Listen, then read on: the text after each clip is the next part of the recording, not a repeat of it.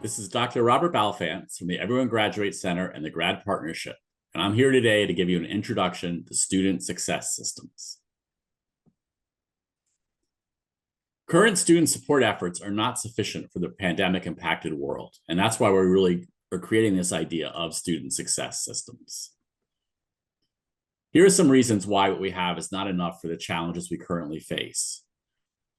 The student support systems we currently have arose over the past 20 years, each in response to a specific need, which has left us with a fragmented system. So we developed early warning and on-track systems to really work on dropout prevention and raise graduation rates. We introduced PBIS, or Positive Behavior Intervention Systems, as an alternative to sort of zero tolerance policies and a way to have a more proactive way to improve behavior. RTI became MTSS and was really about initially reducing the number of kids that got special education referral, and then became a general strategy for sort of providing academic support. After ESSA in 2015, many schools where chronic absenteeism became a performance or a accountability indicator in 35 states, many schools formed attendance teams. Along the way, we also beefed up our sort of college readiness and counseling supports, and may well have added in the past decade a health and wellness team. All of these teams have purpose and utility and do good work, but what happens is they end up having multiple meetings, often talking about the same student, but only one dimension of their need. That can lead to a lot of meetings and a lot of frustration because each meeting is only working with a small piece of a holistic challenge. In addition, the current scale and scope of our student needs post-pandemic has really expanded, in fact, maybe exploded. Chronic absenteeism doubled. Many schools reported great gains in behavioral challenges and student mental health needs. We all understand the large learning gaps that were caused because of the pandemic. And altogether, this has slowed momentum through high school to post-secondary. Recently, there was data showing that for the class of 2024, there is a 5% decline among all students enrolling in college right away, and a 10% decline among students that live lower income students. Our pre-pandemic student support systems were just not designed for this scale and scope of current needs. Systems were designed for maybe helping 50 kids, now have 250 kids in need of support. So how then do we create student supports that are strong enough for pandemic impacted times? Well, a couple of things we have to keep in mind. One, unfortunately, there will be protracted impacts of the pandemic.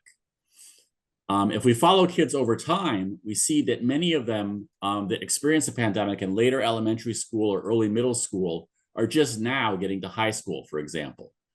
So for example, the class of 2027, which is still 3 years away, those are the kids that really experienced the pandemic in 6th grade. And you can see that's a critical transition year, we know, for high school graduation and post-secondary success. And those kids yet are still working their way through our system. So unfortunately, these pandemic impacts are going to be with us for a while. The other thing to keep in mind is we've had big advances in the past decade in brain science and youth development.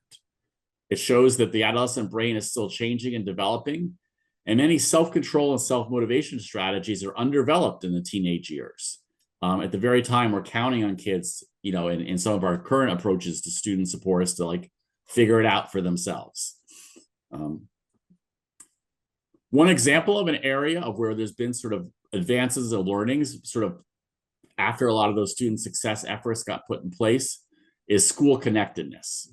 We're really learning, and this was really driven home when we sort of lost this during the pandemic, that when students are connected to school, they do better in school, they have better mental and physical health, they engage in risky behaviors. And because of this, it's as close as we have to universal prevention action. And the good news is that we can really operationalize connecting kids to schools in schools, and we can actually measure it, right? Because we know kids are connected to school and 4 things are true. They believe there's an adult who knows and cares about them as a person. They have a supportive peer group, could be formal, sports team, theater crew, robotics club, or informal, a circle of friends. They engage in activities they see as helping others, and they feel welcome in school for who they are. So we sort of put this together. We have greater need than our systems can currently account. Our current systems are fragmented. They often talk about the same kid, but at one aspect at a time, leading to great frustration. And we knew we needed stronger systems for these post-pandemic times. So we thought the best way to do this was actually to talk to the people doing the work. So we talked to over 300 educators, teachers, counselors, principals, superintendents, and others, and really just asked them in depth, what's working in your student supports? Where is more help needed? What things do you think are really needed to be added to make these systems work in the times we live in now?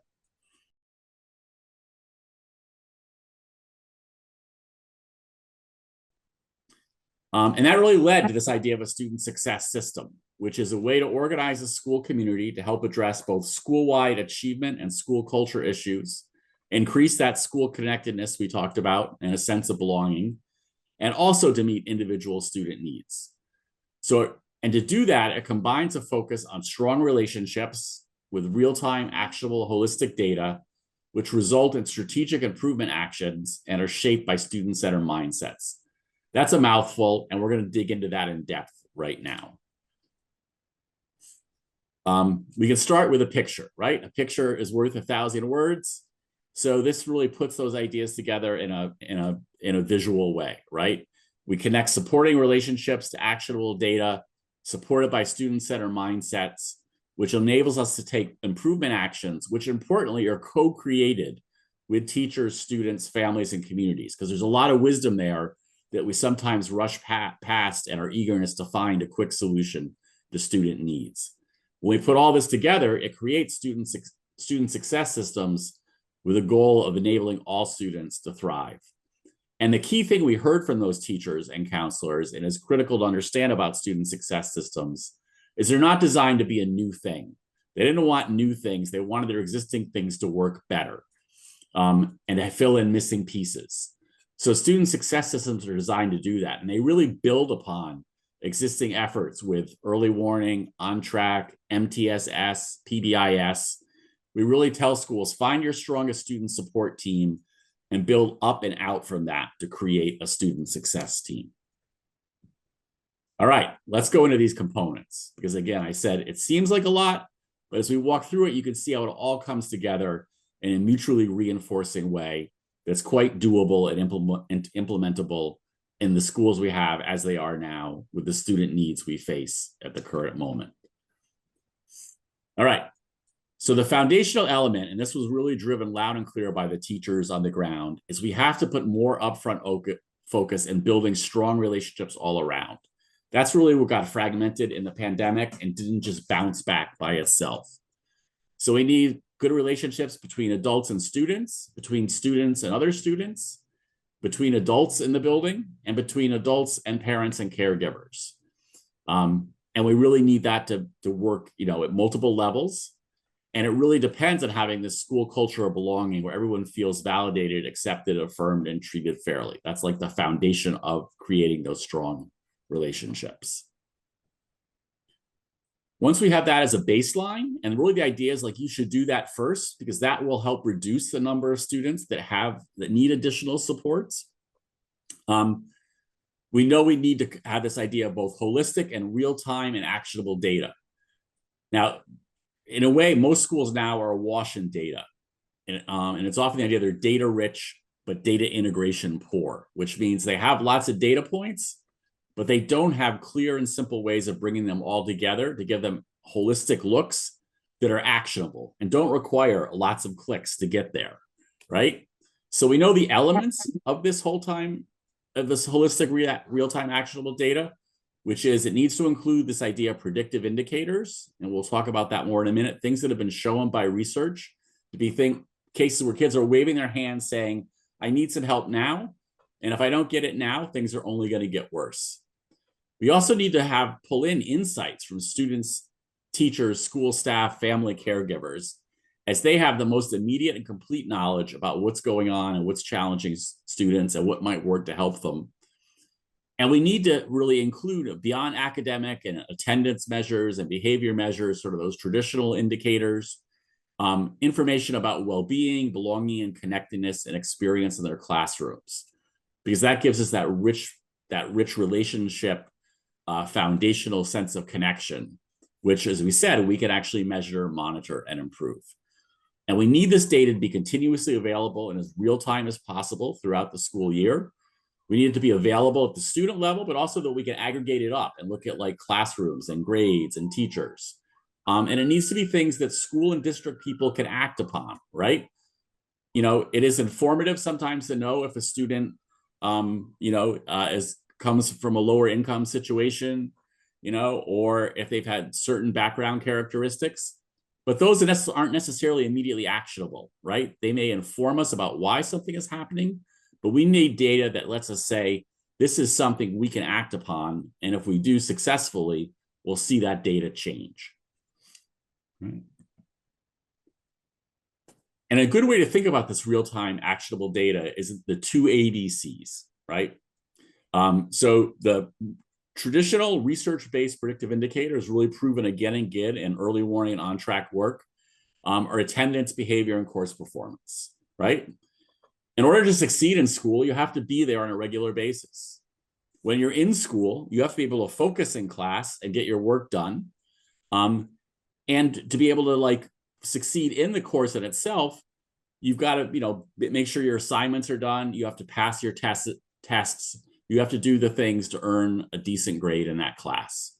So it's not surprising when students are not there on a regular basis, where they're not able to focus, when they're not able to get their work done, that they struggle academically and then often behaviorally or social emotionally, and each could sort of influence the other into a downward spiral. In addition to what we've learned over the pre-pandemic, but really driven home by the pandemic, is there's the second set of ABCs that often actually drive that first set of ABCs. And the second set of ABCs can often be thought of a broader sense of well-being, which is agency, belonging, and connectedness. Agency is that you have some control over your fate, over what happens. You're just not, have to be passively subject to what others tell you has to happen or how you have to do something. Belonging is a sense that you feel a part of the enterprise of school. You don't feel as an outsider or an other. And connectedness means like that deeper sense we said, that you feel that people know and care about you as a person at multiple levels. And you feel welcome for who you are. And the key thing we try to really drive home is that not only are those all good sort of prevention activities, but they really drive, in many ways, attendance, behavior, and course performance. So they can be thought of as sort of the first almost, group of interventions to do if you're trying to improve attendance, behavior, course performance, is to make sure and increase your student sense of agency, belonging, and connectedness. And the point is, and we'll get into more detail later and in more advanced courses or trainings about how that can be done and how it can be measured. All right. So now we've done our good work to build relationships. We have our actionable data for the two ABCs. And now we got to do something with it, right? The whole idea of student success systems building out of early warning and on track is we want to be able to help students sooner rather than later, proactively instead of reactively, preventively instead of remedially, right?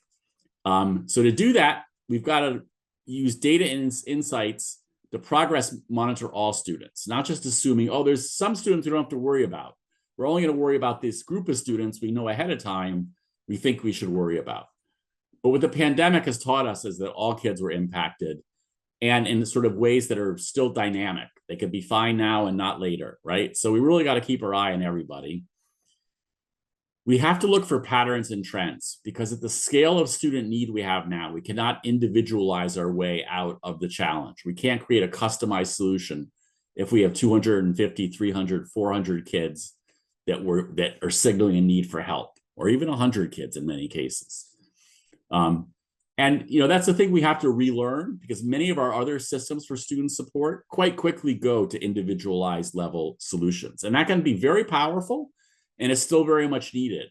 But we have to balance that with looking for patterns and trends and places where we can help groups of students at a classroom level, at a grade level, at the school level, as well as individuals. And that's where patterns and trends matter, as well as sort of underlying causes. And we find, and think about these solutions, right? We got to get lots of insights, and they need to be sort of student-centered and adapted to the local context. And then it's important that we evaluate them. Are they working, right? And that's a step we often don't take, and we'll go a little more deeper into that later. Okay. Right. As I said, critical to this sort of analysis, response, and improvement system is looking for that strategic point of intervention. And it's also important that we support our teams, our student success teams, which we'll explore also in a minute, with professional learning frameworks or protocols that really helps them stay, focus in on this pattern and trend analysis and not get drawn into that where our heart takes us. Let's all work together for the most neediest student we can all think of. We need to do that, but we need to balance that with how can we help larger numbers of students in strategic ways. And the other thing we really heard loud and clear from our teachers and counselors is for this all to work, for this all to have staying power, for all us to move from a new to normal practice in schools, which is the goal, we have to develop a shared set of mindsets amongst the adults doing the work. It can't be seen as a compliance thing or a task to do. There has to be a common understanding of the why. And to understand also, this will take time. This is going to be the longest and slowest part of the process. We begin from where we are, we build to where we need to go. But it really happens through dialogue, reflection, and experiences. We can't mandate people to have mindsets. Right? And just a few we want to really highlight that are sort of beyond those that many of us know well are essential to a student-centered perspective, which is we need to have a belief in educator and student agency, really thinking that students and educators can find solutions to the challenges that are making it hard for kids to be in school every day, hard to focus, hard to get their work done, and not falling back that this is an insolvable problem. A belief that good outcomes can be attained for all, and we don't have to go right to triage and say we can help some and hope for the others. We've got to really have a strategy that lets us help all kids. We have to know this is really about improving with and together and not alone. So much of student support work ends up being solo work.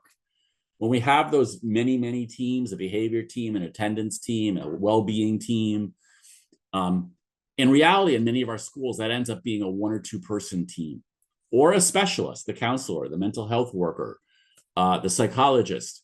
And they end up having caseloads of 150 or 200 kids that they are mightily trying with all their might to help. But it's just too many kids for a single person to deal with. And it just ends up being that it becomes a frustrating experience for all around. So it really has to be that with and together. And then finally, that we act on evidence and a shared understanding rather than compliance or custom. And again, because of the stress and scarcity under which so much of our schools operate, it is a normal human thing to fall back on compliance and custom. It gives you a short grammar of how to get things done when you don't have a lot of resources and you have limited time. But the heart of student success systems is it has to be driven by evidence and a shared understanding, and not just done because that's the way we've done it before. Because if we're honest, the way we've done it before has left a lot of kids without the help they need. All right. That's a good overview of really what student success work is about, what the student success framework is, the core components of student success, and how it builds on prior work with early warning and on track. Where I really want to sort of leave us at the end of this introduction is with this idea that student success systems are driven by student success teams.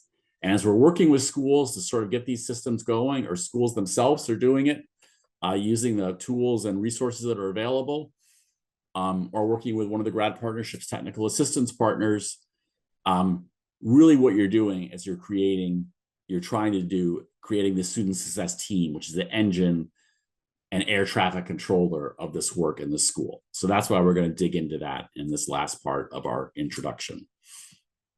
All right. So a student success team is a group of adults who work together on a regular basis to implement, continually improve, and use a student success system.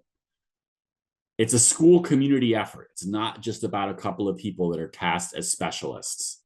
It includes school leaders. It has to include teachers, counselors, other student support members, and we'll see there are going to be other additions. But it really is bringing together school leaders and school teachers and student support staff and personnel to work as a collective student success team. And the idea is, instead of having all those individual meetings, you have one big student success team meeting with more people that looks at kids holistically and covers the aspects that those teams in the past covered individually. That's why it doesn't necessarily lead to more work. It leads to better and more integrated and ultimately more effective work. So to do this, what our team does is they progress monitor all students with these key indicators, both those ABCs, right? Attendance, behavior, course performance, agency, belonging, connectedness. And they're looking for their patterns and trends and figuring out,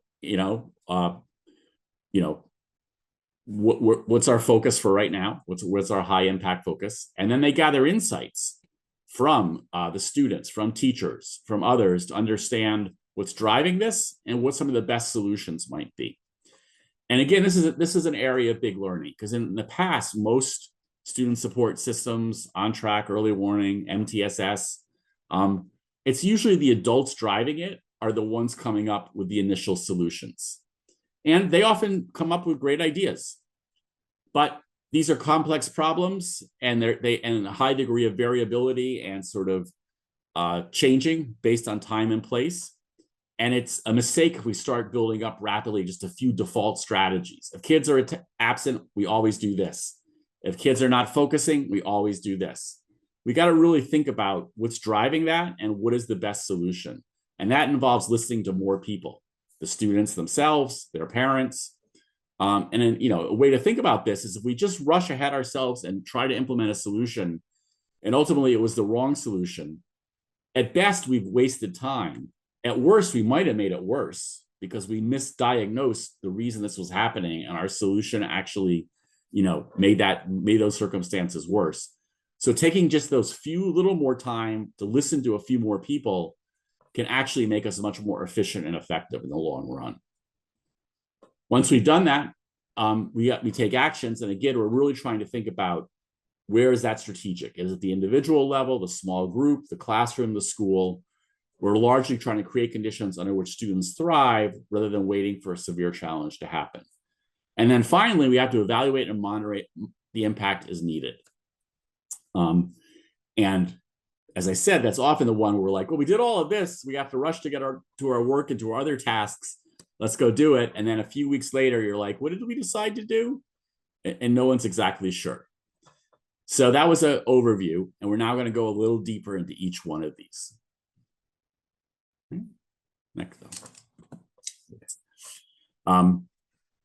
The first thing is just about the team itself. As we said, it needs to include school leaders, counselors, student support, and teachers. In larger schools, these are often organized as grade level teams, a 9th grade student success team, a 10th grade, or a 6th grade team in a big middle school, a 7th grade team. In smaller schools, they can be a school-wide team. They can be the middle school student success team or the high school student success team. It's really about just the size and number of students that team has to be dealing with, and the size of the school for how many adults there are that can participate. That lets you decide, is this a grade level? Is this a small learning community? Is this a school level? However it's organized, they need to have a regularly scheduled time to work together during the school day, and at least on a bi-weekly basis. This has to be seen as really important work, not something that's done before or after school for those that can do it. When they come together, they have to have this easy access to timely data. Again, 1 or 2 clicks at the most.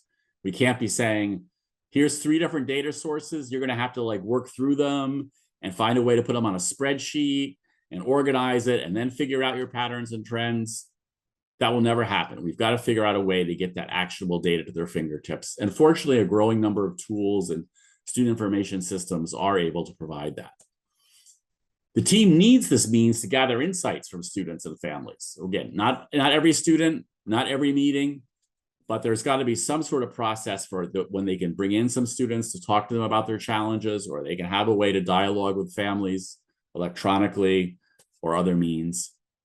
The team needs to have some roles and responsibilities and protocols and tools to help it move along.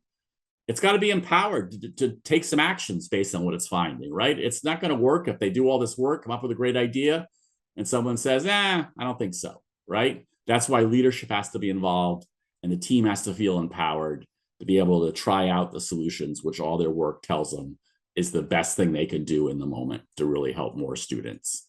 And then they need those shared set of norms to support continual reflection and improvement. All right, let's go a little deeper into those 4 buckets, right? First of all, progress monitor all students. We're really trying to identify students and really groups of students who need additional support as soon as there's a signal that something's changed and the circumstances have changed, motivations have changed, and they need some help now. Instead of waiting until it's crystal clear that anyone can see it. And that's really how our student support systems historically have been organized, especially in middle and high school. We don't do anything until you're chronically absent, or really in the past truant, and then we say maybe we'll send you to court. We didn't do anything until you failed a course. Then we often said do it again under the same circumstances. Or we didn't, do anything about engagement or focus in class until like we're suspending you. So we're really trying to get way ahead of those motions and say, maybe you failed a quiz last week. That doesn't normally happen. Or maybe suddenly you missed 3 days of school when usually you're here every day.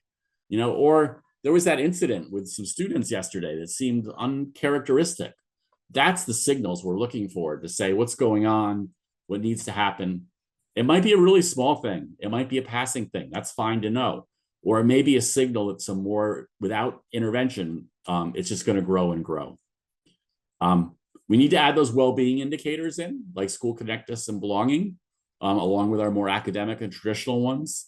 And we really need to look how they're co-occurring, right? How many students that are struggling in math and English class are also chronically absent? That's the type of data we need at our fingertips and always need to be asking. And maybe even the next question beyond that, how many kids are failing math who are either chronically absent or feel disengaged from schooling, right? Because maybe that will give us the subset of kids where it's truly only an academic issue. But for those 2 other groups, we know it's academics plus something else. And our interventions have to take that into mind. Okay. Now we're gathering our insights and co-creating our improvement actions.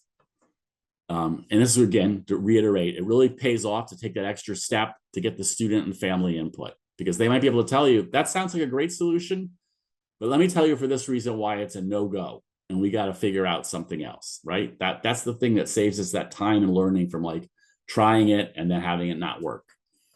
It is important to gather insights from multiple teachers, particularly in middle and high school, when kids have multiple teachers they travel through. Not all these teachers might be able to be at every meeting, but we have to have electronic means for them to share insights and information before maybe the students that they come across are being discussed. Because so often each one will know a little bit of the kid's story, and it's only by putting those pieces together that we get that full picture. In some ways, you can also gather this data proactively is through, short surveys or student shadowing, where we follow a focal student throughout the school day, or empathy interviews. And this is the idea too, that student success teams can be proactive. They don't have to wait to receive data from somebody else to analyze it. If they think there's a challenge or an issue and they don't have data, they can go out and collect it. And through using means that are not super complicated or hard or time consuming. Just ask all our students 3 or 5 questions. Let's all of us spend half a day over the semester, shadowing focal students that we think we're trying to figure out. Let's do some short empathy interviews during our advisories, if we have them, or during lunch or different times to collect that data. All right. Related to this is really also making sure that we are doing that multiple levels, right? That we have a good offense, right? The best defense in student success is a good offense. Are we really doing those school-wide efforts to build strong relationships? Are we really trying to increase school connectedness and keeping track of it? And then to know that even as we do this, even with the best prevention, some students will still need those customized and tailored supports. And that is part of this work. It's just not the only part of the work that sometimes it's defaulted to in the past. Right? And then finally, as I said, we have to evaluate impact and modify as needed. And really, when you think about it, student success systems and on track or early warning system work, or even MTSS, those are all inherently continuous improvement strategies. But for that to work, we do have to do a few things to make sure that the pieces are in place to do that. So we've got to record the decisions we make in our meetings. And we have to say who's going to champion them. And this is easy to do and easy to overlook, right? Because again, it's that time crunch. But we really need that. So on a regular basis, we can check in and see if the strategy is working. And we can't say it's working or not if we don't know if it hasn't been implemented. And then really to ask ourselves, is it time for a plan B, or should we give it a little more time? But ultimately what we're doing is we're continually modifying our responses until something works. That's the whole critical core fundamental idea. And then on a quarterly basis, we might want to step back, or on a semester basis, and do a deeper analysis to see, well, here's all the students we tried to help in small groups and at the classroom and individual. Here's what we tried.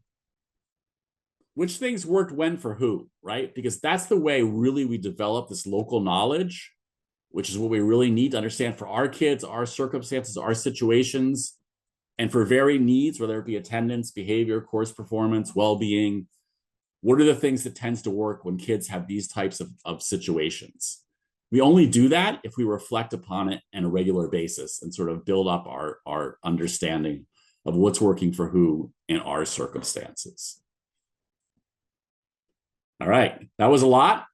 And really, this is just designed to give you a briefest of introductions to both why we need student success systems, what their core components are, how they're driven by a student success team, and what its core work is. And really now we want to leave you with this idea there's many tools you can use to really help you think about this and reflect upon it and get a deeper understanding. And one of the best is the student success team and reflection action planning tools created by grad partnership partners. And what this is for each of those four components, relationships, data, improvement systems, and mindsets, is a series of guiding questions you can ask your team that takes them through the core components of the work of each of those structures. It gives them some look-fors and even some references and tools. And the idea is that every school are doing parts of all of these components. And you're just trying to figure out what's our baseline, what are our current strengths, and where do we need to add more pieces? And really the best way to do is by working through this team reflection set of guiding questions. And then at the end, once you go through the guiding questions, any one of these sections, and we really tell you, like, don't do it all at once, just pick a section where you think you might need some insight and start there. There's some action planning tools that helps you think about what can we do immediately, what's going to take a little bit of time to build capacity, and what's going to take even a little more time because we don't even have consensus yet. You'll also find on the Grad Partnership website, which is a great tool just in itself, a whole series of resources, including some that are designed to meet the challenges of the moment, like a really good chronic absenteeism toolkit. So always going back to that website because there's always things being added. There's things about spotlight schools, so you can see how this work is being done in schools like yours and get ideas from them. So it's a really rich set of resources full of tools you can use. And finally, I just want to end by saying the best way to do this work is to dive in, to get started, to learn as you go, to do it with an open mind and a full heart, but also to know that the best student success system is going to be the one that you and your school creates. This is not about a cookie cutter replication of a model that's been spelled out to the nth degree.